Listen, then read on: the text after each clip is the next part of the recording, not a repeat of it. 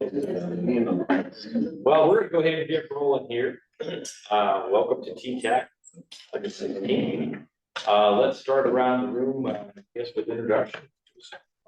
All right, Michael Blank, Transportation Department, MAPA. Todd Fisher, Douglas County. Denny Wilson, Sark County. Derek Miller, City of Omaha. Deanna Carpenter, Bench. Joe Susi, Nebraska Public Works. Laura City, Nebraska Department of Roads. Laura Hellman, Communications and Outreach at. Austin Rouser, City of Omaha. Carlos Morales, MAPA. Eric Williams, NRE. Alex Evans, City of Billion. Sherry Levers, Omaha Metro Transit. Dan Prater, City of Bellevue. Ryan Huff, in the DOT's Plan Division. Jared Walker, the District Planning Division. Jason Carvey with HDR. Mark Hugh, with Sean. Adam Daniel, Ellsworth. Court Parker with Matt. And do we have online folks that would like to take a moment to introduce themselves, please? Travis Hall, my ODOT. Richmond. Jeff Subjects. Oops, sorry. Jeff Subject, City of Omaha. Rich McFall with Nebraska VR and chair of CP. Matt Cox, Council Bluffs Public Works. Brian Guy, City of Omaha. Jason Schultz, Federal Highway, Iowa Division.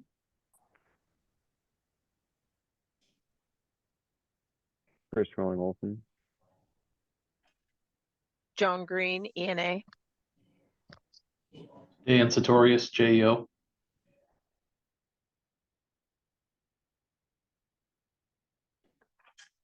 Is there anyone else online?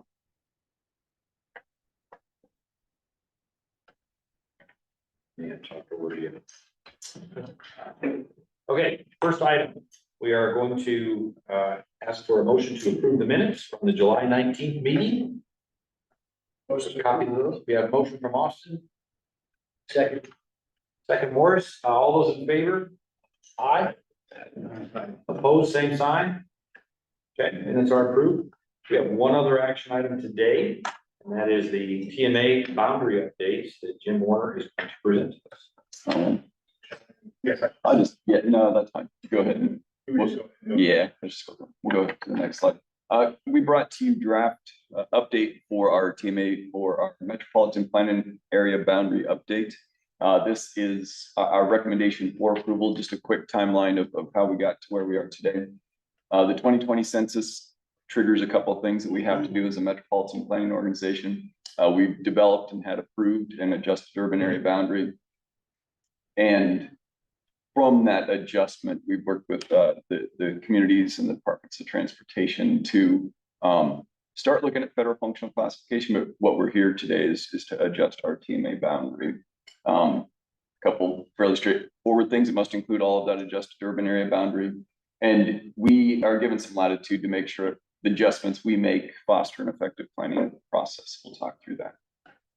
So since establishing the last TMA, Iowa DOT in particular gives us guidance on how we calculate populations. That's a driving factor between planning, funding decisions. And so on the Iowa side, MAPA supports planning through the Metropolitan Planning Organization, but also regional planning affiliation. So we're surrounded on our MPO by the RPA 18, which is a planning authority. So when we update the TMA boundary, it also updates RPA 18 boundary. So the process we'll go through talks through that. We used as a basis for our boundary the census blocks that were established. There were some changes in geography there, and there were also some growth in some of our smaller cities. So Underwood actually extended into our TMA boundary over the last couple of years, and Crescent was just slightly outside. So if we go to the next slide, please. So what we've done, you'll see there's some slight changes up above Crescent. We've taken on a census block that allows the city to be entirely within the TMA boundary. We've excluded the city of Underwood so they can be supported as they have been within RPA 18. And then on the southern boundary, working with Pottawatomie County and Mills County engineers, we've worked to make sure that a roadway is either completely within or outside the TMA boundary. So you'll see two little divots down along the border there. Those make sure that Applewood Drive or Road, which in some cases is the boundary line between the two counties are completely outside of our TMA. So that maintains and allows for RPA 18 if they were to choose to change the functional classification of that roadway and look to use federal funds, it would all be within RPA 18. So just a really minor change in population will be reporting to RPA 18 that the resolution that you will be recommending to the MAPA board is also going to go to the RPA 18 committee next week. And there's a joint resolution basically signing and agreeing this change in population. Go to the next slide. So in summary, these are the numbers that we'll be reporting in that resolution. Are there any questions on the TMA boundary update? All right, thank you. Okay, is there a motion to approve? Second. Motion is second, all those in favor? Opposed, same sign. Item C is a discussion item. Is there anyone here from the public or consult anybody who would like to make a comment? This is your opportunity to make a comment on the record.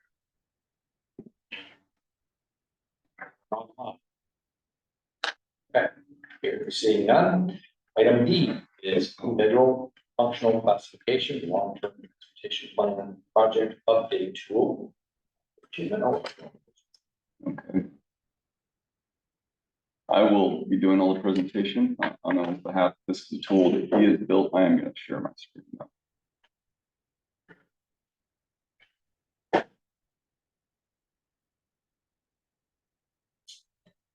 So we've talked about this on a number of occasions. We're still going through the final stages. This is, in general, our goal would typically be, we would share things with you with mapping on ArcGIS Online. This is different. Some new updates to the tool allows all of you or your staff to edit features and to provide us direct information. So we're going to go through a couple things.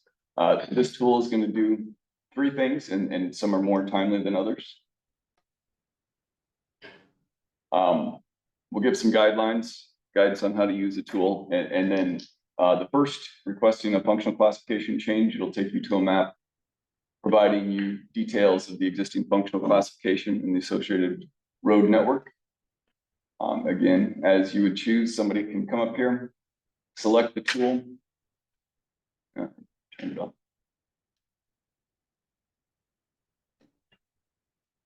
Select a roadway and then make a recommendation. So the 2 things primary things that we'd be looking for in a functional classification update are, of course, what's that new functional classification you'd like to change it to? For those of you that work in HPMS or other numbering, that'll tell you what it is. We'll put some words in there so you understand what that functional classification is. And really what we're interested in then is going to be updates to traffic counts that support that change. And we'll give a space for some free text to describe contextually why you're looking to make that functional classification change. And so could you explain what one of the basics, right? Yep. We're looking for collectors and above. Yep. For changes. So if you have a localized street that is now changing to a collector, what are some of the quick parameters? Did we write down all the parameters for making that decision? So we'll point the user to the USDOT guidance, but yeah, exactly. For the purpose of those changes, really, it's how the roadway functions or how you want it to function in the future. So we'll get to an example. I think in WeStep we'll talk through, and you can see there are cases where what is right now a gravel road and it's served local travel through a pretty empty agricultural based setting is now becoming roadways that support people getting from their new subdivision to wherever they work. So that would drive a functional classification change, and that would be a good example too of that roadway may not already be serving that purpose, but you would like to have it classified as a collector above to make use of federal funding for any improvements to that roadway. And just for clarification, the coloring system that we have on the existing federal functional classification Yep. was recently updated and adopted by MDOT. So this is the latest amount of data as we know it Yep. today. I think big caveats, don't go in there and change the state highway. Like, yeah, we're not gonna, like, there's gonna be some checking on our end as well, but, you know, try to avoid the ones that you don't have control over. Denny, I don't wanna see you making, changes to the city of Omaha. That would be preferred, but it is important, and we wanna know how to classify and where these changes are taking place. And hopefully this online tool makes it a little bit easier for us. I think last time we sat around at a table with a bunch of markers and did it that way and had to translate that to MDOT. We're trying to do it more digitally and more transparent so that we all know what's going on. So, you know, commendable efforts by Owen and Jim putting this together. Not an effort to try to get this out there, but we need your help. We need you to go in there and actually show us the changes. And the ones we care most about are, like I said, anything changing to a collector and above. That is kind of the big. And then we've also had, was the case in Iowa, certain collectors that were downgraded to local. So that's the playground that we have. Yep. Like when this jurisdiction goes to change, like, so, I mean, there will be.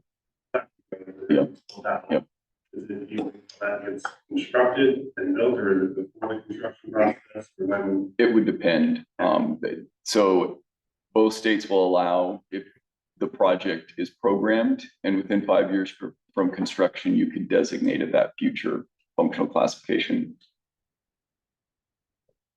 Okay. Is it just, does that make it more, I guess, if you have more manufacturers or that the jurisdiction additional funding opportunities for? So that is part of the balance of the functional classification. Each state has guidelines for breakdowns of mileage, percentage wise, both at the county level and at the state level. So that will be some of the back and forth. A lot of what we've done, as Carlos mentioned, we did a big cleanup on the Nebraska side with functional classification a couple of years ago. So I wouldn't anticipate there would be significant changes. I think a lot of the changes that we'll see are kind of these future projects where we're really making wholesale changes to how a roadway functions. But there are some to clean up. I mean, there are examples. City of Omaha has a couple more blocks that have been vacated, for example, for development that we need to catch up as well.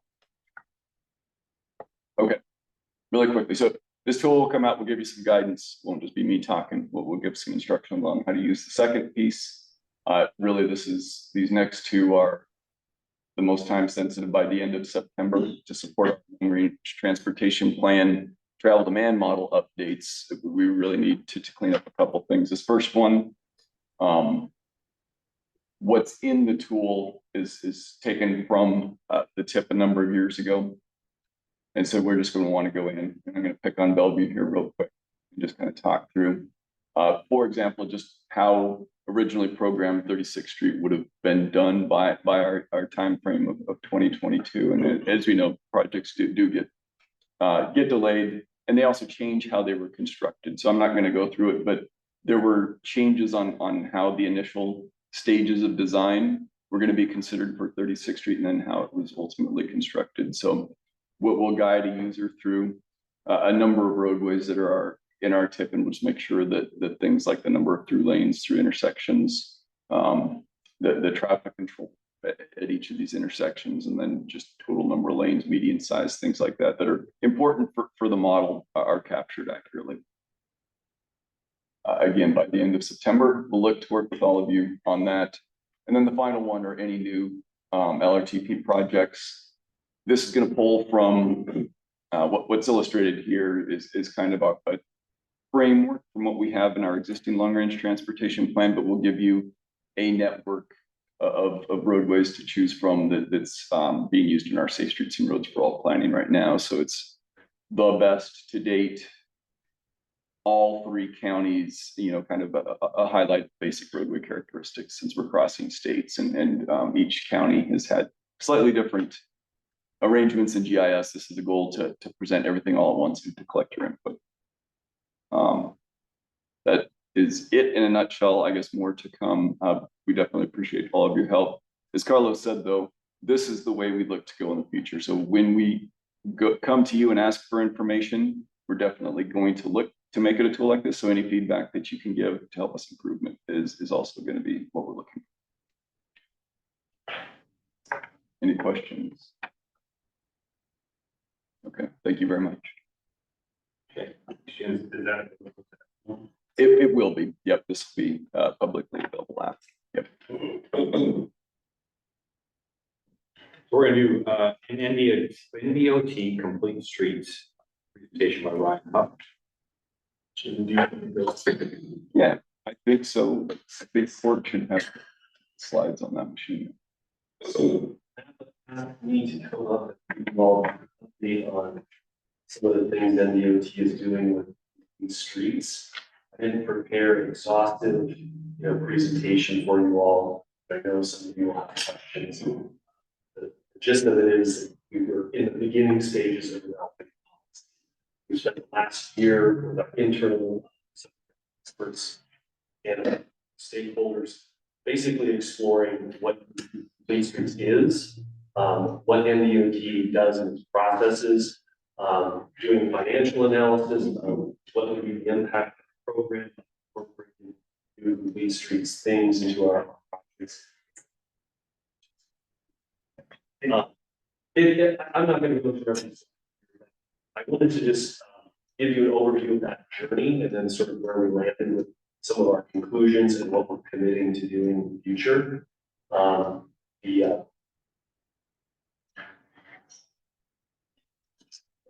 Let's go from here, and I'll just kind of scroll through here. Can everyone hear me okay?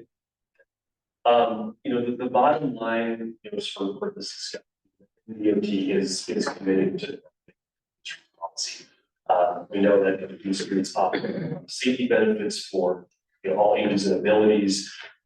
We know that with the growing emphasis by federal programs, the desires of our stakeholders, it's the right thing to do. We know that we have a lot of work to do on developing policies and getting them to work for us and stakeholders. It'll be a long time before a truly comprehensive policy comes together. So that's kind of the top line for you and all what we did. We set out to really understand the topic through literature review, process reviews. Going into this, we have a lot of internal resistance to. I think that it was primarily based in a fear of what it would do financially to us. And so when we're approaching our folks and we want them to come with us, we need to go through this in a methodical way. And our leadership said, this is the right thing to do, and it's going to take a lot of work to get people to come with us. So they gave us enough time to explore the topic together, and so we did kind of the things you see up here. One of the things we did, we talked with peer states, and it was very interesting. Many of them look like us, some didn't. But what we learned through that process is that everyone is doing slightly different. They all have their own approach. Some are very, very loose, and some are very specific in their design criteria, but there is no one size fits all. So that was one takeaway. The other one is that no one had. There's still a lot of omissions, even mature state DOTs like Massachusetts, who's been doing it for 15 plus years, still have challenges in consistent application of their policy throughout their projects. But as you can see through this, this is actually a front animated slide. It's PowerPoint, but it really illustrates how from the year 2000, when this concept came into being, it's really kind of launched and it becomes sort of industry best practice. And so we're kind of behind the curve on that. So this was a huge lesson learned. I mean, just sort of talking about the sidewalks, crossings, and even bikeways are foundational to industry policies, kind of where you start. Other things come later. And so, through these discussions, and we quickly identified this is where any policy we develop will need to start to be focused. This is just another slide that kind of shows you the progression of how complete streets elements make their way into your policy over time. Some of these things are a little bit more nuanced and take some more experience and time to work through it. So stage one is always sort of that sidewalks crossing. Clear design criteria is important for obvious reasons. If you don't put a lot of time into this and create that consistent applications throughout your design and programming processes. Through particular stakeholders, know that there's a balancing act in terms of resources and these features, but in the middle, it brings it all together as a design to improve safety. So, how do you go in here? And so this is kind of where we landed in terms of the application. Urban areas is really the focus. I mean, when we first started out, it was we build rural roadways. Well, sure, but that's not where sidewalks belong. So the focus is going to be for us in urban areas. We've had lots of conversation about what types of projects would we add features to. Really, the only one we're not going to think about this on is maintenance projects. Those are just sort of quick and dirty, get in, get out. But we've now sort of changed our practice to consider 3R and some other things that you normally would do on the West. I can get into more detail. Sidewalks should be or will be part of all urban jobs, including those in every project, which is not our practice now. Increasing the amount of crossings we have, get into projects with our traffic engineering folks, and then exploring changes to option. That's kind of the one this group might care the most about. I'll talk a little bit more about that in a second. But there's a lot of things that we committed to, but we need to work through. So this is kind of a high level visual of just all that's involved. Up here, we need to develop some sort of internal policy directive that tells our teams we do complete streets, and this is how we do it. There's an external facing thing we need to create that tells our stakeholders what complete streets is at the DOT. And then here are the various things that we're going to be kind of working on as so current practice on sidewalks, replace an impact project only added on reconstruction and new construction. We are updating that to provide all urban reconstruction. So obviously not freeway that. And then so that's just a big change for us. Moving from just new construction to all. We're also eliminating cost share for cities less than 5,000. We're still going to think about cost share within the just because they have resources. Issues still to be resolved, how we find urban, what those percentage cost share of NPOs looks like. Just how they can use them. Crossings, we just looked at those if they were replaced or impacted by a project, typically all around schools or parks. We're going to be adding a number of other locations simply just because these are the locations where crashes occur through our vulnerable road users assessment. We just completed that based on strategic highway safety plan, I think last year or two. And all of these locations were places we saw big jumps in crashes, so we need to focus on this. We need to create sort of things were done a little bit more ad hoc in terms of when crossings were included, but we're going to be working to make those a little bit more standardized in our decision making. I'll keep going. There's just a few things. Bike accommodations, we prepare this. One of the areas that we do this work on just based on the conversations internally. You can see how we used to do our practice, proposing, being more proactive and talking to local governments, being sure that they're trying to accomplish a plan. This was really interesting, really changed everyone's opinion about doing this at NDOT is we did an exercise. I mentioned the financial analysis at the beginning. That was the biggest concern. How are we going to pay this? This is going to do. So our consultant, tool designer, was a nationally recognized, active transportation planning and design firm. helped us sort of think through an exercise that was meant to sort of convince people. You can make assumptions and do all these things, but it's not rooted in reality. People will question the outcome. So we took our 2024 and beyond program book and said, these are real projects. Which of these are, how many of these are in urban areas? How many of the 3 are? How many of these would be impacted by these policy changes we're thinking about? And when you boil it down, this yellow box represents all the miles of roadway in a program book. Red here is meant to be in cities, and then just the applicable types of projects. You can see that as you think about where this is truly should be applied, it's a very small subsection of our program book. And so this is kind of a busy slide, but I think it's super interesting. Sidewalks, crossings, and then the cost. This is our normal practice. You can see this is how many sidewalks we would create on reconstruction projects. These are the cost shares currently. 3R projects, there's no cost share. We don't do anything crossings. We just do a couple of things. And here are the costs to us, to the local. If you employ these changes that we talked about, this is how it changes. We build 10 miles, 30 miles of sidewalk. You take on 100% of the cost share for populations. You just see like everything changes from 0 to 100% cost.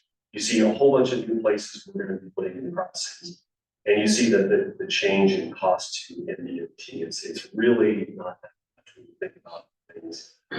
This is what I think our locals are excited about, is us taking on more of that cost share for complete streets, sidewalks, and crossings in particular.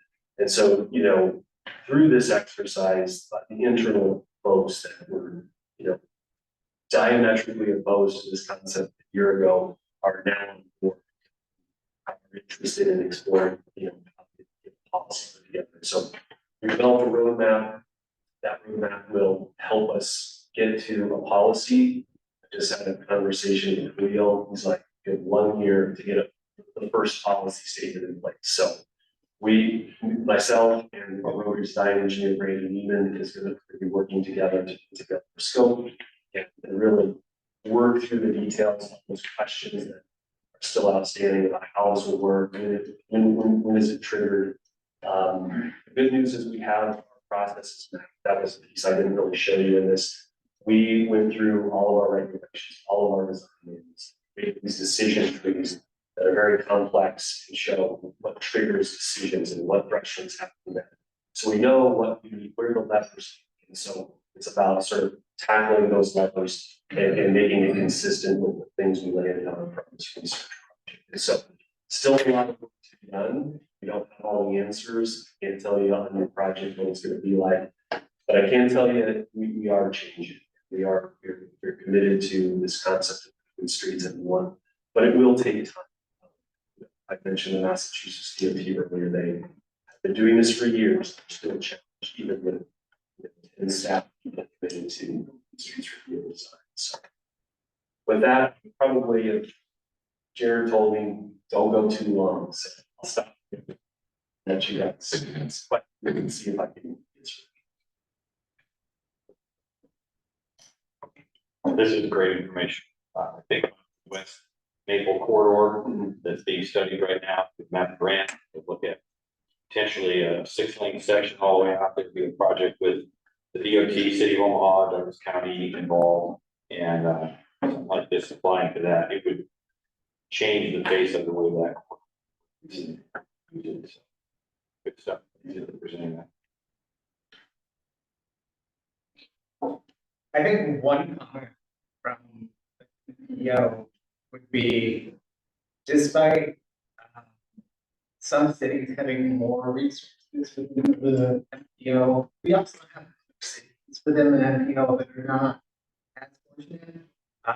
Thinking about Waterloo Valley, they tend to not be able to apply for our transportation improvement program because they lack local match. It doesn't mean that they're less certain or anything like that. there is an economy of scale even within the MPO to consider, and so just that. Any city within an MPO. From just trying to represent all our members in our MPO. Even within them. Yeah, that's fair. You know, the whole reason that under 5,000 was sort of, we got to take that responsibility. They don't have the resources to do that. And so this is just a slide, you know, part of the issues to me was, I think that's a really important comment. It's certainly, in terms of satisfying the spirit of what we were trying to accomplish, Waterloo is a great example of something that a community that probably would. And so this, you know, cost sharing that MPOs is still a thing to be figured out. They are not the city of Omaha, they're not the city of Lincoln, or any other giant city that has been. Big pockets, that's county. Yeah. Funny guy, Carlos. But no, I really appreciate this. This is the second time I've seen this presentation. Truly great work. And NDOT and everyone that worked behind this, through this, and going through all this.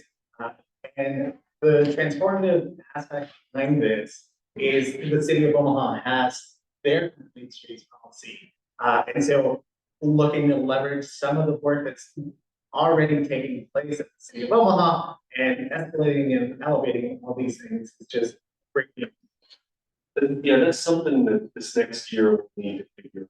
Is how do we make policy that doesn't conflict with other policy? You know, we need to work with our partners. So yeah, I personally believe that even at the end of the year, it won't be, it's not, it can't be the end. It won't have figured everything out.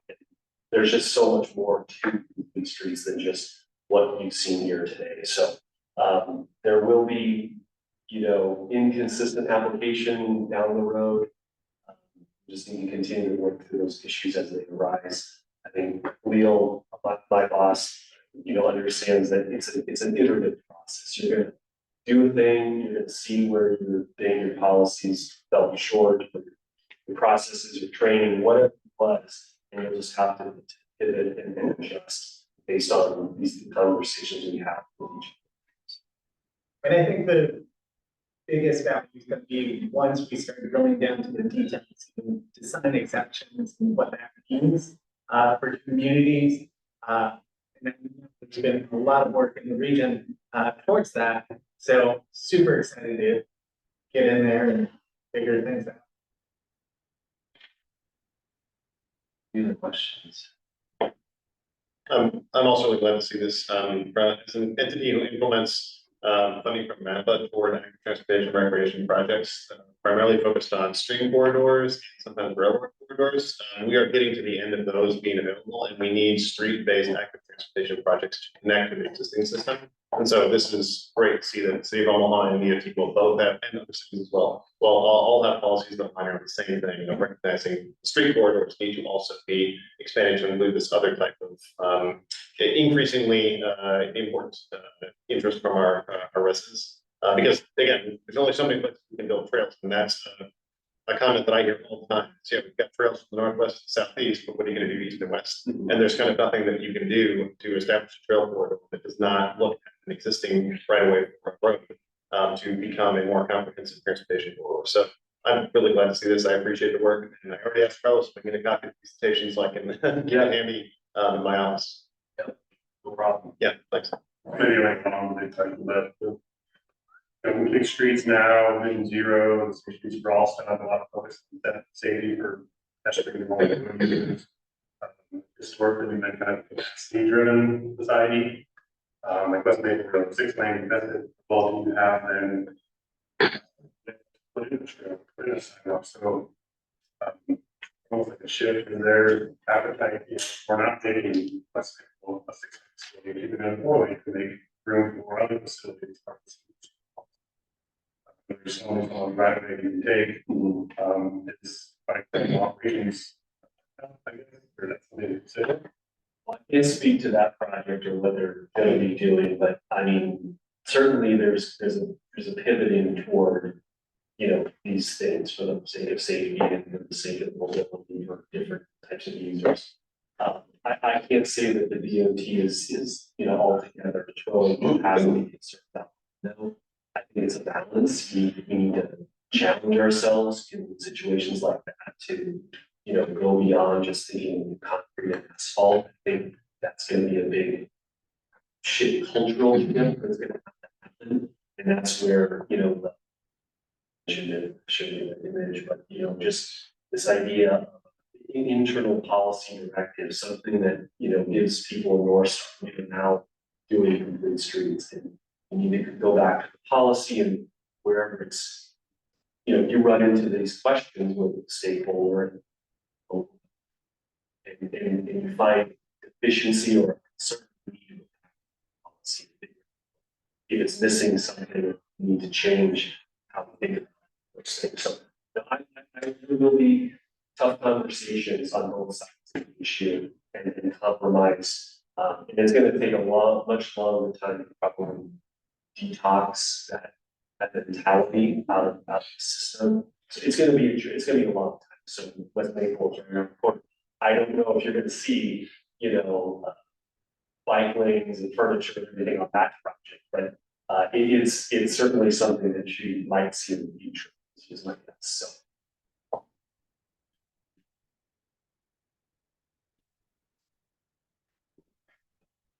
So.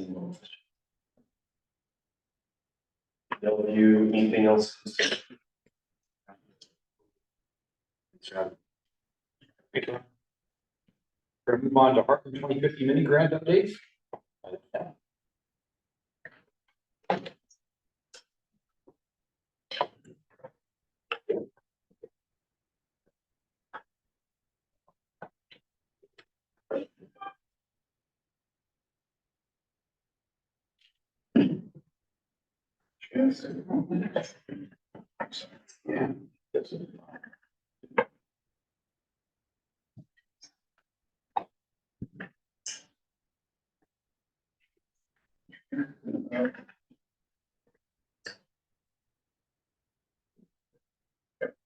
Go back.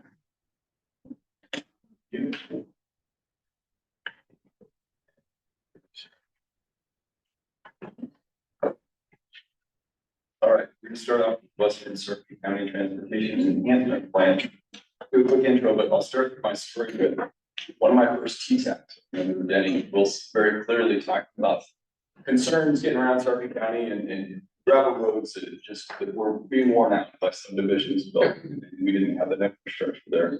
That was before we talked about the wastewater agency. So what we brought in the part of the 2050 mini grant, applied for and awarded to the city of Gretna to expand into the cities of Springfield and McLean and Circuit County. And that was just kind of a well overmatched study that is really looking at a very near term need. So near term need, but with a very long range vision, a long range planning profile. So Jason's going to talk to us, HU on the project. Pretty much wrapped up for now, with the exception of the waiting some final draft model work. December will validate some of the initial layouts and kind of recommendations for roadways in the region. With that, I'm going to turn it over to Jason. I don't think. This is the slide Jim really nails everything to do this. Yeah.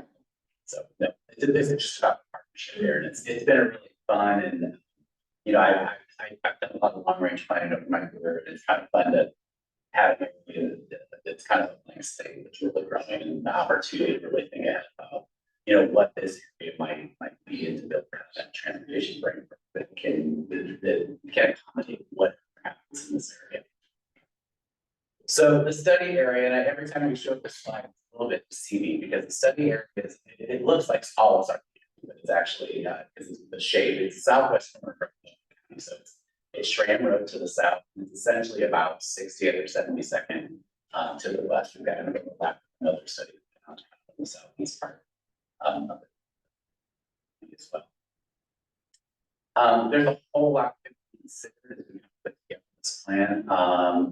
future development, obviously, we talked about the sewer authority and essentially open up urban scale development into a traditionally or historically rural park.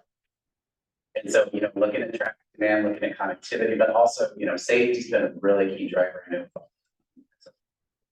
Vision Zero across the entire region.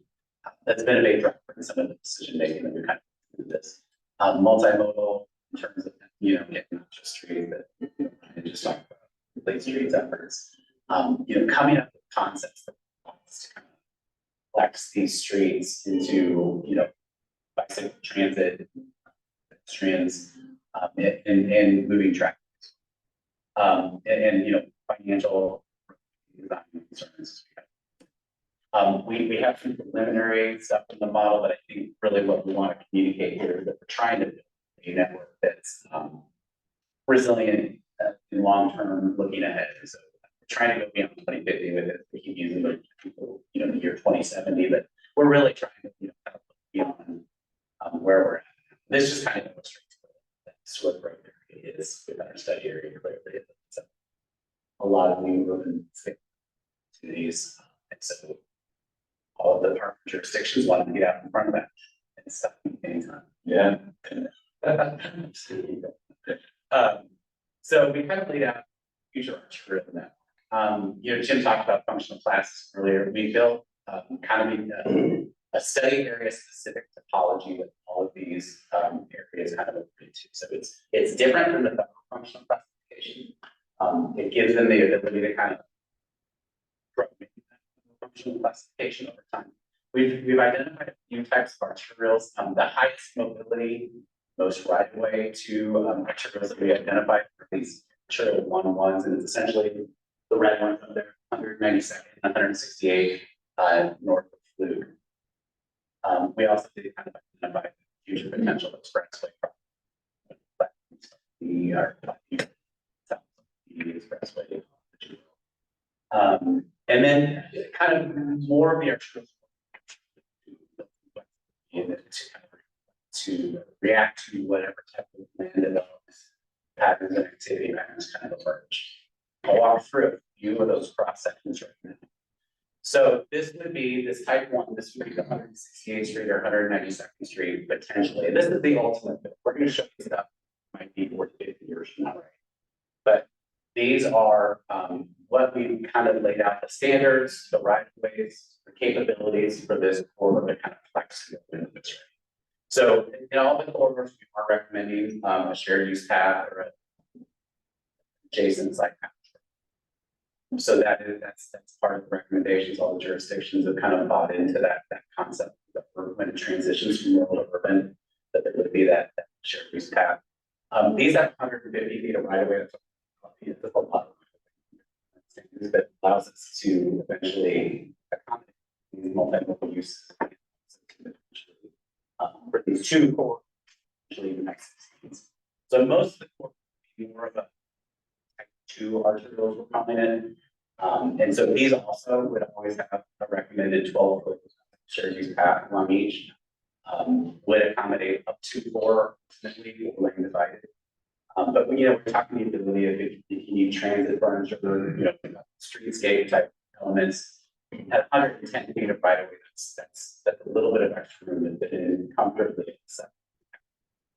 And bus levels are these cool too. Again, not knowing exactly how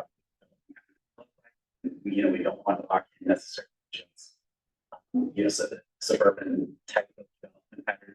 If there's mixed use nodes that kind of develop in this area, the ability to have kind of that urban scale development, so this is what one of those type 2 would flex to with that 110 foot right away. You could potentially have like luxury parking, smaller, narrow lanes. You'll see we do have start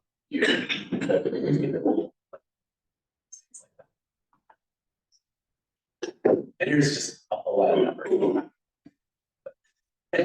We've got kind of some recommended posted speeds again with kind of a safety focus. design here, there are elements to this like narrower lanes potentially, slower speeds. You can see, we've got access standards where we've got, and we'll talk a little bit about that here too, and maybe I'll. The collector policy, and Jim kind of touched on this in his. We've got essentially, we started to identify in this area, we're already getting pressure in this area. So there's potential where we've got at least 2 miles of new sections that can get developed, laying out the collector. And these collectors, kind of still gonna, you can see from these cross sections, we're still gonna emphasize lower speeds, but they're gonna be continuous, they're gonna go up from section to section, so we can keep some traffic pressure off here. We are also going to we've got check all to a roundabout at the sections and where they need the arterial, and then have a process for showing, here's places. But they're basically set up a process where you would look at a roundabout. I think from a safety perspective, it is just as well as these class from that. Yeah, and then safety, serious crashes. And this kind of reinforces a lot of the systemic safety approach to this. And then a lot of our discussions when talking with the partner jurisdictions is how do you implement this, right? It's clearly, we're not going to go off one of these roads and start the urban 4-lane cross section urban gutter. How can we do this in a cost-effective way? We started to talk, flat, start considering those 110. Some of the jurisdictions have already implemented this on their plans. And so how do you go and do this and it makes sense? We looked at and Lincoln does it. Yeah, center and some of these. We kind of settle on portions on one side, and then eventually fit them in the other side, keeping one side overall. Seems like the most kind of fit. So we're kind of agreeing on everybody who starts wiping on one side, and so I recommend the building together. Transition stuff like that. But ideally, we get that cycle happening with the first set urban, first time you urbanize a project. So go to this from 3-lane, and then you can see you can repurpose those 2 out. So reserve rural for the ultimate urban as you go through this process. Clearly, jurisdiction budgets and capital, sometimes you don't have all the money you need to do it. So these are the recommendations that's needed every. And Jerry told me to keep it short. I think I told him. So, anything you'd add, Jim? It was a really engaging, strategic and technical. Yeah. We were bringing some really safe feedback and a lot of so businesses that big impact. I think it was pretty comprehensive. Appreciated the public input. Definitely looking for community is too. Yeah, all jurisdictions really. There wasn't a lot of negotiations that needed to happen. We heard a lot from a lot of our stakeholders that, getting that multimodal experience, thinking about that. That's, it's a for a lot of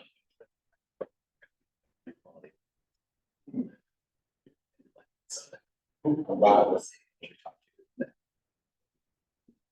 just local businesses say they're pretty much. And I want to commend this work just because all the groups, all the different entities came together to talk through this complicated process. And a couple of times we had interesting discussions with regards to what a collector network means and how to achieve that. And there were planners in the room, engineers in the room, and it was kind of fun.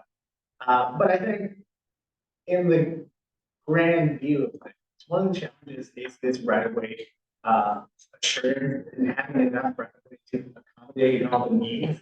And I think this goes a long way in ensuring that that right of way is served, whether it's county starting the project first and then the city coming in having to secure right of way. Ultimately, we hope that some of these early decisions or early agreements that we have pay long-term dividends in actual project cost reductions. So we'll see. Super excited to see it. I will point out, that's a good point. We did, we basically gave it's already been divided enough that we kind of said we can't do a lot from that, not much. Is Rod Yates $4 billion industry? Was that incorporated in somewhere? We've got some scenario planning on the back end, maybe some of that's kind of emerging. Just kind of quietly. It's been discussed.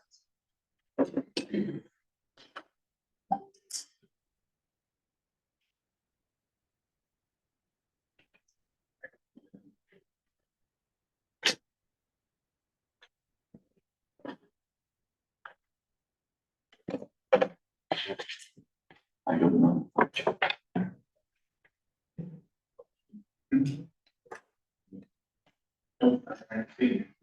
Yep, there was a question about slides being available for everyone, and I think that might be.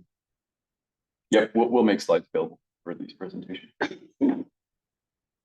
I did get a notice that folks online are having some trouble hearing. So speaking, if we could try to get towards the owl, it might be an issue with the device itself. So I'm not sure if we can actually solve that problem right now. But yeah, let's try to project basis. And then I'll introduce Derek Miller with the City of Omaha, another recipient of the 2015 mini grant. Omaha asked to do an active mobility plan a year and a half, almost 2 years ago. We started the process. It was quite a bit ago. Originally, actually, it was Travis Hall who was kind of leading up on MAPA stuff, and I closed it out. Moved on to DOT, but I'll turn it over there and kind of talk about the outcome and the result of the development of the plan. And also keep it short. And there was also another transition. I'm the backup speaker on this, Kevin Carter, is from the city, and he went to the private sector. Want to thank MAPA for their support on this. It's something we've needed for a long time. We talked with the city. We talked many times that we needed a comprehensive action building. So now we have one, and then we actually started the process back in August of 2022, and then it wrapped up. The council approved it unanimously, so which I with our briefings with the council, didn't have any criticisms or compliments. They're excited to move forward. Just like the process, we had a technical advisory committee. You can see who was included on that, planning, public parks, office, and MAPA. And then we had a community stakeholder. The CSC met less frequency, but the TAC met on a monthly basis just to go through the development of the plan. Anyone that's familiar with plans, this is your standard table of contents. One thing that I want to stress on is number 3, network improvement. This is a very data-driven approach. We had a lot of I think with the segments that was evaluated, and I'll get into the results of that. But this is very driven. Sometimes it is that's interesting and sometimes we're pushing back on the driven approach. Overall, the result was result. We have 8 public events on the process, about 329 residents involved, 519 online responses, basically covering 6 months of community partnership. Vision Zero was discussed. We had the benefit of this process, Vision Zero overlapping. We actually had some consultants that was on both projects, so there's very much overlap between these two, and we'll continue to work together as we implement the plan. So talking mentioned Maple, so this is at our community events, we took input as far as locations, people, residents, visitors would like to see improvements, actual mobility improvements. So the responses. And then of course, when we look at the year before, there's huge opportunities for active mobility. And so I was honestly rather surprised to see as many responses. So I like this across the community. Again, this came from community directly, not through the analysis. So this is Yeah, so it's supposed to automatic. So ICT projects by priority, again, this is through the data-driven analysis. Again, the darker color is the higher priority project. So that's bicycle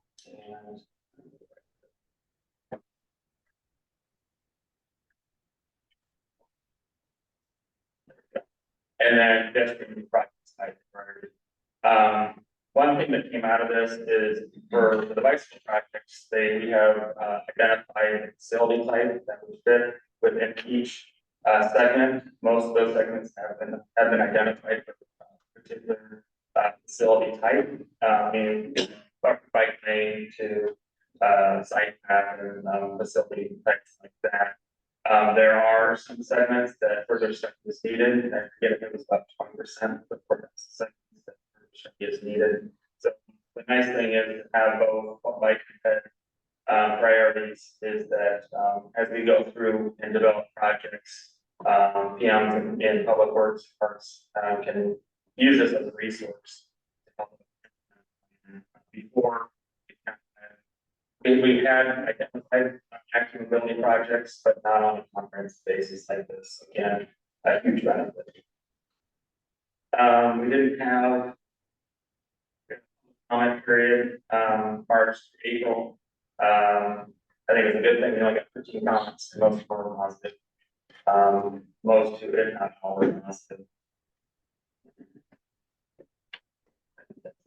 So again, great. Any questions? Oh, one thing I'd like to say is that that's going to do within the updates later on. The city of Omaha has launched our comprehensive plan updates, first time in almost 30 years. Plans like this, plans like Vision Zero, will utilize the data from those plans, and especially from this plan that will be folded up into the new comp plan that hopefully will be adopted in 26. Questions? So there's a final plan, you have a couple maps there. Is there an online map tool that goes? Not yet. It's something we're working on. And it's something that we'll definitely share with you where, just because there's we need to make sure that connectivity between our trail network and our on-street network is connected. Yeah, well, and MAPA's map work on the same, it's also. So we'll work with map and on the city side to make this user friendly. And there's a trails plan.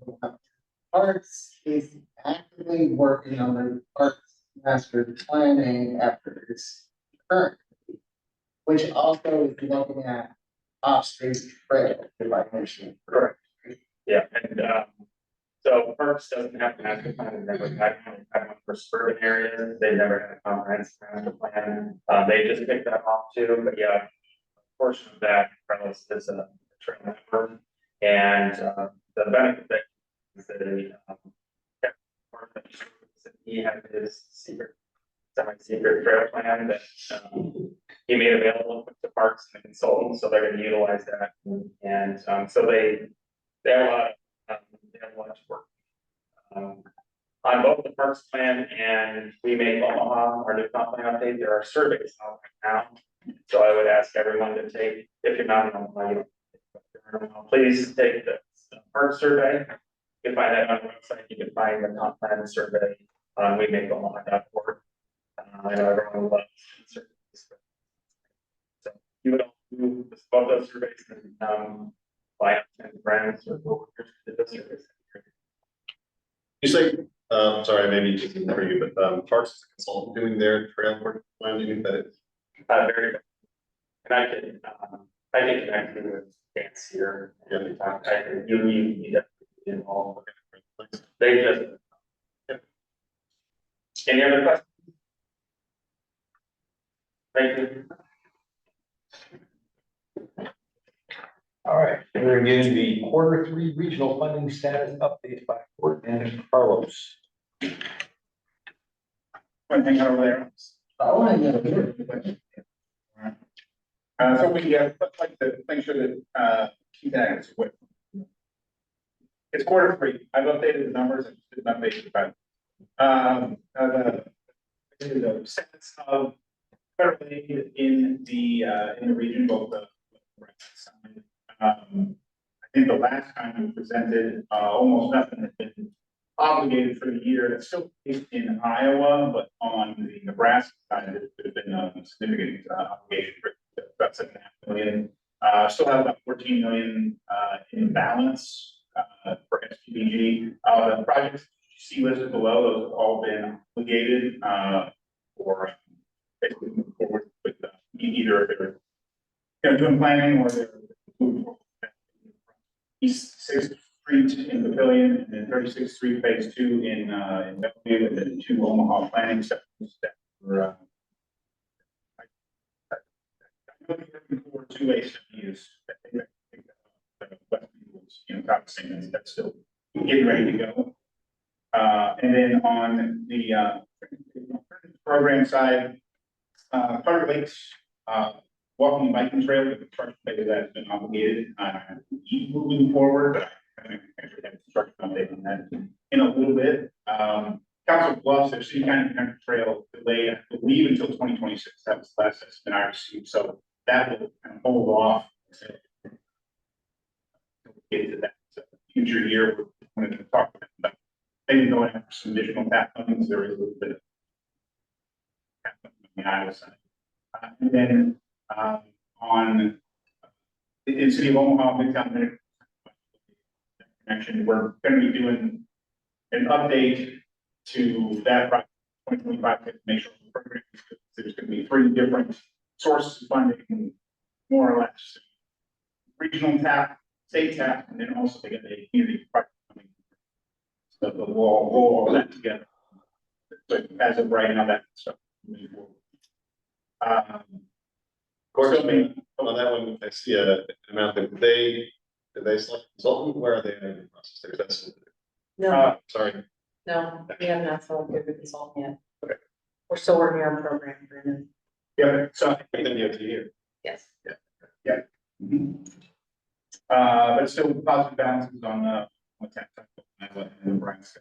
And then once we get into FY25, also start presenting on the carbon reduction program. We'll have some updates on that. We still have, there's nothing in the 2024 program for funding source, so we'll start presenting on that once we start moving projects. That's just, but that's basically all I have. Unless Carlos has anything you'd like to add.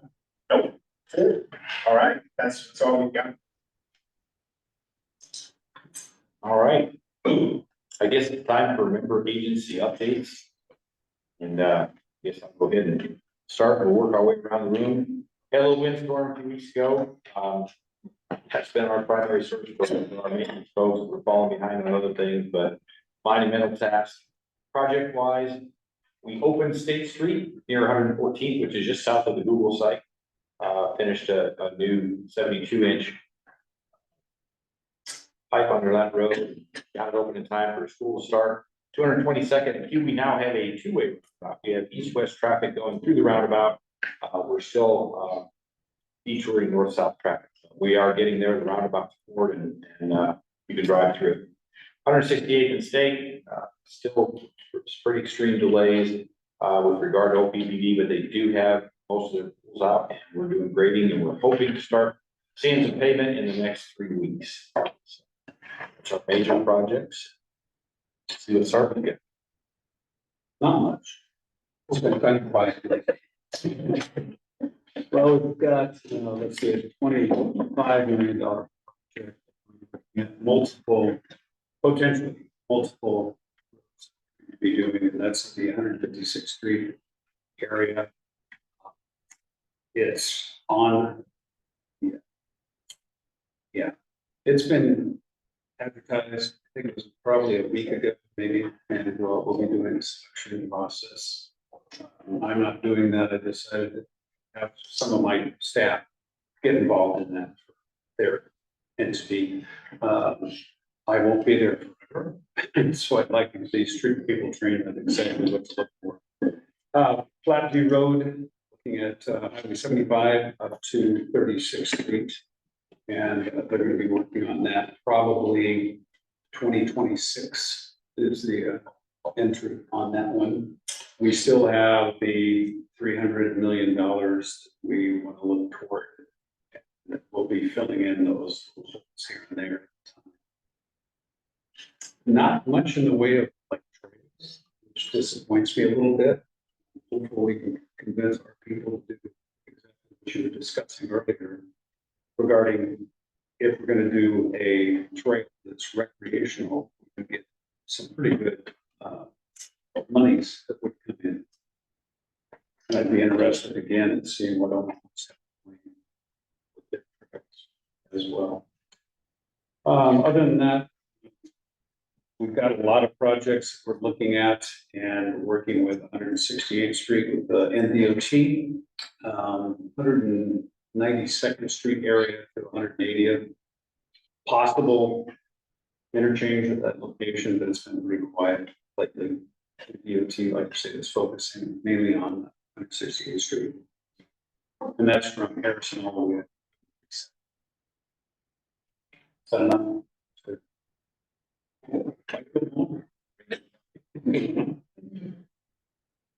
Pardon me, Michael. Don't think we got any news. A written session with Midtown Medical that he should be coming out soon. On programming the Great Bikeway and determining if we're going to be selecting off the existing on-call list or if we're going to RFP that. We don't know. So I guess maybe next month I'll have nothing. The one thing that has come to light on a couple projects, I really enjoy the planning process and everything that goes through Complete Streets. However, when you start changing roadway cross-section, the neighbors get pretty upset. And they do not follow the entire process. So to make things better throughout the entire process through planning, design, as well as construction, make sure that you are documenting the decisions that are being made as they're being made. We have one situation right now where we moved parking. We had very good reason for removing parking, but we added bike lanes, and it has become, I probably spent about 20 hours on it in the last 2 weeks. And that's just me, and that's no one else. So make sure you're documenting your decisions. And I think if we're able to provide also a little bit of, as we're kind of going through this, provide education for people of what Complete Streets actually means. I know we've done it, but we're not great at actually educating necessarily. We're in it all the time, we kind of take it for granted. I think the community needs to understand what it actually means. When we take something away and are putting something else, it's just kind of my thought. Trying to make life easier on the designers and the construction team for decisions that we make. way ahead of time. The other part is, they don't always understand why we made the decisions either. Just trying to think about.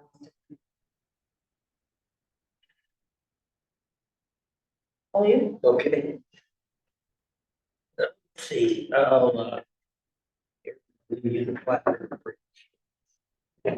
North Freeway, Hamilton to Fort, the deck is poured over Hamilton.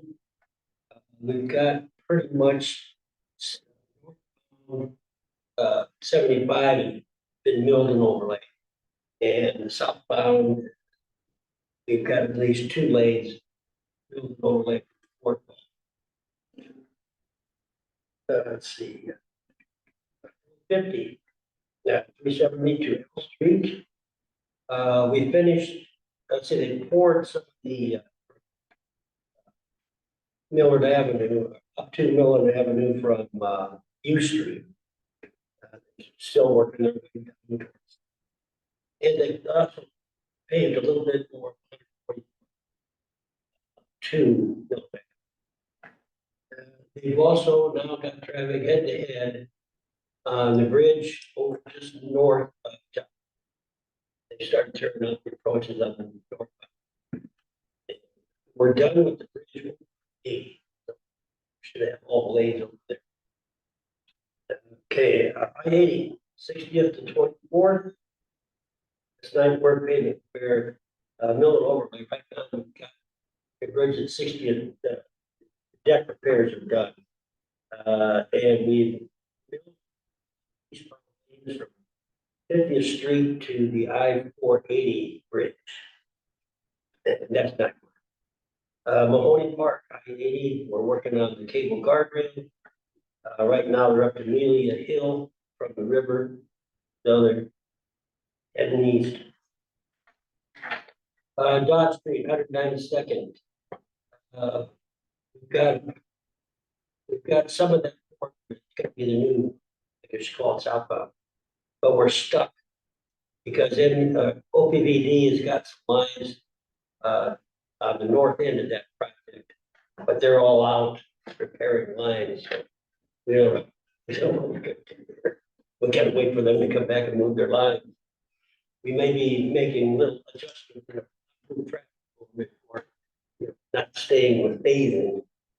And let's see, we opened up eastbound off ramp, 192nd, put them on a new lane there. We also opened up lane westbound on ramp, so they're using the new lane there. And we're working on the other lanes next to them. US 275 from 64 to the Douglas County line. All the mill and overlay is done right now, and right now they're sawing and sealing joints. But I didn't realize it's going to take them that long. Months. Let's see what else we got here. Harrison Street, they're Dodge Highway 6 Harrison to Dodge, another way tonight we're pavement repair. Right now they're working northbound from Harrison. And we've just started this one, Dodge Street is Sky under 168. Right now we've got, I don't know if you've been out there, westbound off ramp to go south. We're down to 1 lane. And same thing getting on, going eastbound, 1 lane. So we're working there. And I think we've got some more 25 from Highway 34 to Q Street. That starts on the 19th. That's nice work. Pavement repair. So that's all I got. For questions. Don't ask me.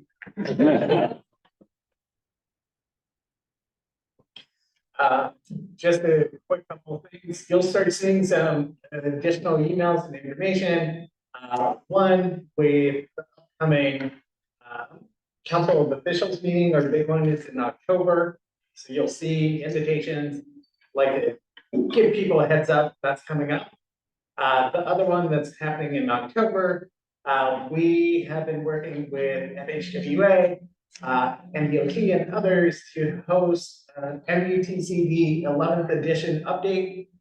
We have a date secured, October 22nd. It's going to be in the Council Bluffs Public Library. Because they are nice enough to host us. It's gonna be an all-day thing, folks, to look at the changes from MUTCD 10 to the 11th edition. And then I believe we're working on some specific requests with regards to temporary traffic control. So thinking through the safety lens that we're doing, how do we set up temporary traffic control and construction zones to mitigate some of the safety aspects. We've heard that's been a concern on the Iowa side as well. So more information coming out. If you need or want anything right away, Jim has your answers. I think that is the two big announcements I have. Did I miss anything from MAPA guys? Great. Five River Bridge Trail completed ribbon cutting and open public use. So thank you to Sarpy, Cass, Bellevue, Plattsmouth, Flat South, MAPA, and DOT. It's great. I'm glad to have that done. From there forward, we'll look at the entity, we'll look at the levee trail along the Platte, back to Missouri, back up the Big Papio to tie into the Bellevue Loop Trail so that people can get down to the bridge. We started a big piece of infrastructure first, then we did the connectivity and everything on the south side. Good luck to the county and the city on what they're going to do over there. We do not anticipate federal funding on the R613 trail. That's entirely owned by the NRD, so we'll probably just take care of it locally. It seems like the most streamlined way to get that done.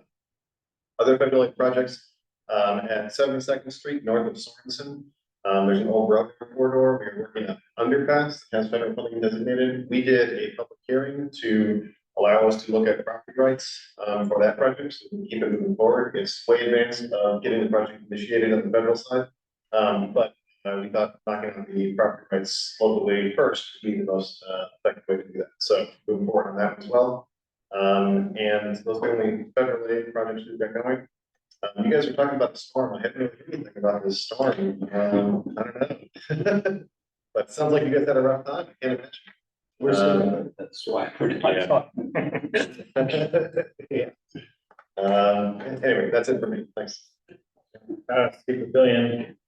Yeah, it is more about East 6th Street, EG project. Just looking to keep moving forward on that. Eventually get a design contract. 90th Street from Highway 370 to Brunswick project associated with the Tower District, the middle of town. We're bidding that for the end of the year. And then we've engaged for a study of 84th Street from Giles to 370, reconstruction of that pretty high level construction, pretty high level study at this point, but probably well off. Look at phasing that. Start to dip our toes in that. City of Bellevue, just a couple of things. We've got DOT on call for a study on a Cornhusker Road, 36th Street. We'll get that underway here in a month. And then 36th Street south, Sheridan, Blackview. A lot of utility work for anybody that's come up down the street. So we're going to get that construction started here in September. So Brian Warren, I hope so. No, the infrastructure hub has officially launched. So you can Google Nebraska Infrastructure Hub. Is what I find it. That is a centralized location for letters of support for any of the grant applications that you're looking for, whether it's in DOT. I would encourage you to go there. There's a easy link with a form, with project details, your information, and a staff person within the hub will complete that letter of support, get Director Kramer's signature, and get that back. There's also the grant, which I talked a little bit about. I know a lot of your jurisdictions are first more familiar with federal funds, but there are a lot of resources in there. On one page, everything is just understanding the grants process to about funding matches, project matches, delivery, scheduling, go there if you're interested. So that's the hub. That'll probably be my last hub update. It is launched. that will exist under Jody Gibson. And we just recently kicked off the accelerator project with HDR. Jason's helping on that project. MAPA is an active part of it. And part of the scope will include a workshop with some of the local jurisdictions here as well. To make sure we gather feedback, make sure we'll understand what we're intending to pursue and get your input. Well, here's, maybe we're on room on discussion. Is there any additional business that anybody would like to bring up?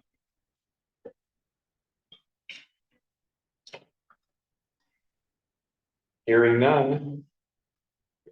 We're at motion to adjourn. Motion. Okay. All right. All those. I think we're.